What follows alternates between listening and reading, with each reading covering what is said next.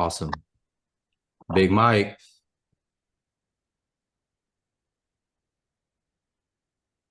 Good morning. Sorry, I was making pancakes and waffles.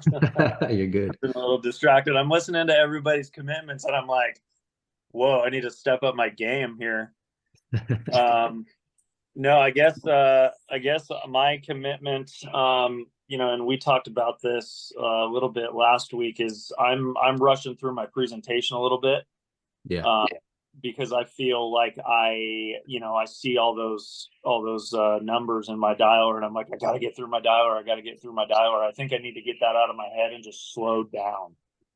Um, so I'm going to commit to listening to more of my own calls this week, trying to eliminate the ums and uhs, Yep. and make a better connection with my prospects because I feel like I'm having good conversations, but I don't think I'm building enough rapport in order to get to the close. So I just need to slow down, have better conversations.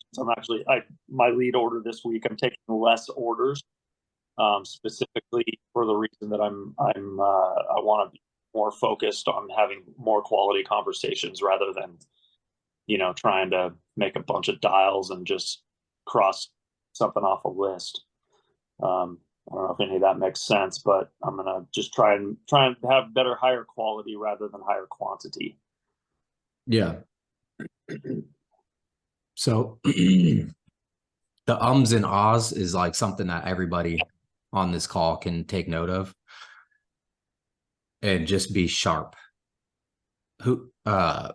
What's his name? Wolf of Wall Street guy, Jordan Belfort. He has a really good training on YouTube um, about being sharp as a tack.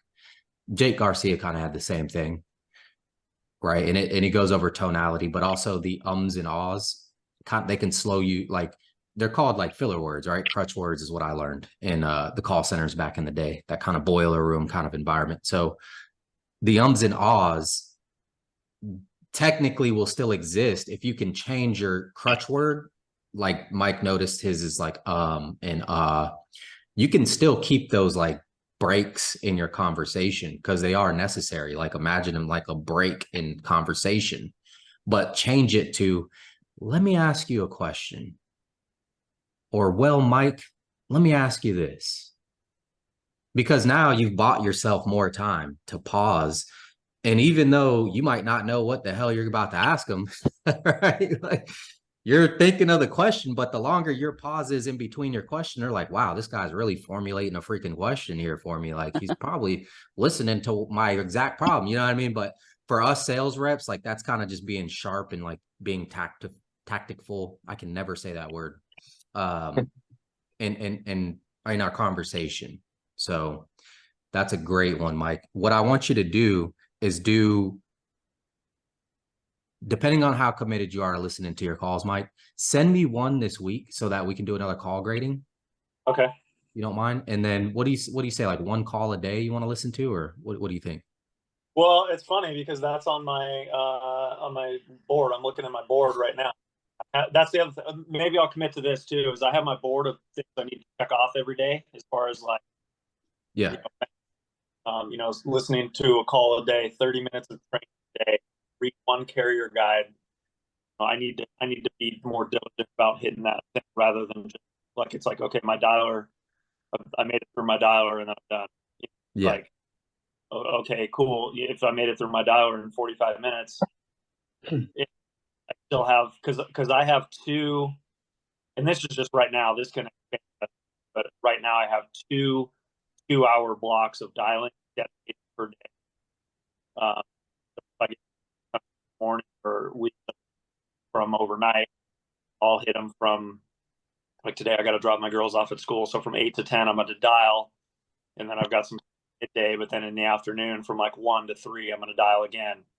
So I'm at least hitting, trying to hit my leads twice a day if I can get through my whole dialer. If not, then that means I'm having conversations. So, Yeah. yeah, I'm gonna be more diligent about hitting those Time metrics. blocks. So yeah, Was I'll it commit I'll commit to at least listen to one of my calls, and then, you know, maybe one of somebody else's calls too that's in the resources to see pros do it. Sweet. I got you down. I put you down here. Deja. Here right now, I gotta get into professional level. Nah, one brick at a time, right? Came a long way. Dude, you're telling me it was hard for me to even get on the phone before, and we've talked about this for anybody that's, and I'm not, by no means, I'm no Ashley, I'm no Jen, I'm no Ben Euler, but I'm pretty stoked where I am compared to where I was. It was impossible for me to get on the phone. I mean, literal anxiety. Like, and I have no problem now because I know there's a way past it. I mean, some of the worst anxiety I've ever had getting on the phone, and now it's like I'm chomping at the bit, waiting for these leads to come in so I can call them.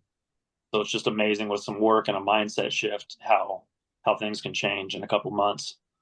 Yeah, exactly. And you're only getting better at it too. So that's, just keep it up. Deja. I adopted a formula.